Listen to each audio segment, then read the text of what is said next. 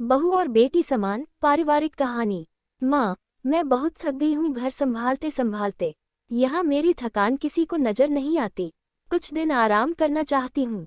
सोच रही हूँ कुछ दिनों के लिए अपने मायके आ जाऊँ। आते हुए अपने बच्चों को भी साथ ले आऊंगी, वे वहीं से स्कूल चले जाएंगे। आखिर एक ही शहर में ससुराल और मायका होने का कुछ तो फायदा मिले। नम्रता ने फोन पर अपनी माँ से कहा। बहू और बेटी समान पार्वती जी ने दूसरी तरफ से कहा, हाँ बेटा, जब तेरी इच्छा हो आ जाना, आखिर ये तेरा भी तो घर है। ठीक है माँ, तो मैं कल ही आ जाऊंगी, नम्रता खुश हो बोली।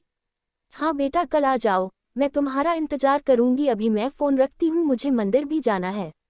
कमला जी ने फोन रख दिया और सीधे किचन में गई।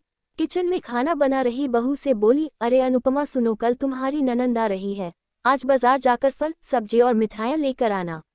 बेचारी मेरी बेटी ससुराल में नौकरों की तरह काम करती है और उस पर कोई ध्यान ही नहीं देता। यहाँ आएगी, कुछ दिन रहेगी तो उसका मन और तबीयत अच्छे रहेंगे। सास के मुंह से ऐसी बातें सुनकर अनुपमा का चेहरा उतर गया। वह मन ही मन सोचने लगी, काश आपको मेरी थकावट भी नजर आती।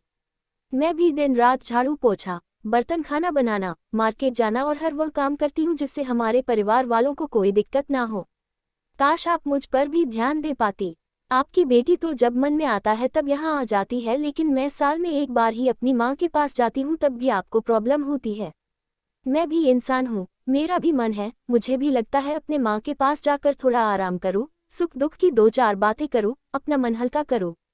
भगवान, अब तुम ही कुछ करो ताकि मेरी सांस की आंखें खुले और उसे मेरी थकावट भी नजर आए। शाम तक भगवान ने जैसे अनुपमा की सुन ली और उसकी ननंद का फोन आया।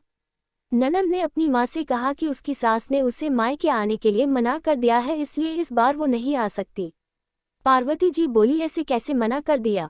पहले तो कभी वह तुम्हें आने के लिए नहीं रोकती थी, इस बार भला क्या हो गया? लाओ मेरी बात कराओ उसने, मैं समझती हूँ। नम्रता ने फोन अपनी सास के पास दिया। पार्वती जी ने कहा, नमस्कार समधन जी, आपसे कुछ कहना था। समधन जी ने कहा, कहिए। दरअसल नम्रता कल त्योहार है, इसलिए अपने मायके आना चाहती है, अगर आप उसे भेज दे तो अच्छा रहेगा। नम्रता की सास ने कहा, देखिए समधन जी, आपकी बेटी मायके जाकर रहे, इस बात के लिए हमने उसे कभी नहीं रोका और इस बात से हमें कोई प्रॉब्लम है भी नहीं। कुछ दिनों पहले मैं अपने रिश्तेदार की शादी में गई थी, वहां आपकी बहू अनुपमा की माता जी से मिलने का मौका मिला। उनसे गपशप करने के दौरान उनकी बातों से पता चला कि अनुपमा को साल में एक ही बार अपने मायके जाने को मिलता है और वह भी बहुत कम समय के लिए। मुझे लगता है आपको पहले अनुपमा को उसके मायके भेज देना चाहिए और वह जब मायके होकर आ जाएगी तो मैं नम्रता को आपके पास भेज दूंगी। एक बहुत जरूरी बात जो मुझे लगता है आपको समझ लेनी चाहिए कि आपको अपनी बहू को भी बेटी की तरह या बेटी से भी ज्यादा प्यार देना चाहिए। उसे भी मायके जाने की इच्छा होती होगी। हो सकता है नम्रता के वहां आने से उसकी आवभगत करने के लिए आप उसे उसके मायके नहीं भेजती होंगी, या फिर वह आपसे कुछ कहने से अभी डरती हो। अगर आप उसको घर में ही कैद रखेगी तो एक दिन ऐसा आएगा जब वह आपके खिलाफ बोलने लगेगी। फिर वह आपकी सुनेगी भी नहीं और जब चाहे तब अपने मायके जाएगी।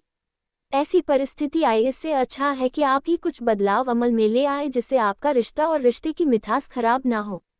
पार्वती को अपने समधन के हर एक शब्द में सच्चाई नजर आई। उन्हें महसूस हुआ कि उन्होंने अपनी बेटी के प्यार में अंधे होकर कभी भी अपनी बहू के मन का विचार नहीं किया। उन्होंने हमेशा ही अपनी बेटी को अपने बहू से ऊपर रखा।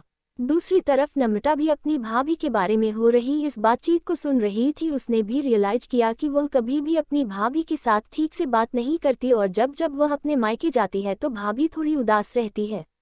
पार्वती जी ने अपनी बहू को बुलाया और उसे कहा कि अनुपमा कुछ दिनों के लिए नम्रता नहीं आने वाली है, इसलिए पहले तुम अपने मायके होकर आओ। यह सुनते ही अनुपमा का चेहरा खिल गया, क्योंकि यह पहली बार था जब उसकी सास ने सामने से उसे अपने मायके जाने के लिए कहा था। अगले दिन अनुपमा अपने मायके गई और इस बार एक दो दिन नहीं, पूरे हफ्ते भर रहकर आई। अपने माँ बाप से, अपने रिश्तेदारों से मिलकर आई और जब वह लौटकर आई तो उसका चेहरा खिला हुआ था, उसकी आंखें चमक रही थी।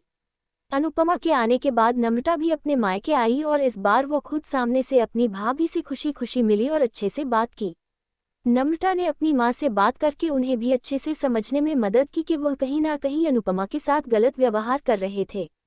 दूसरी तरफ अनुपमा अपने ससुराल वालों के बदले रवैया से बहुत खुश थी। अब वह खुशी खुशी सबका ध्यान रखती और हर काम प्यार से करती।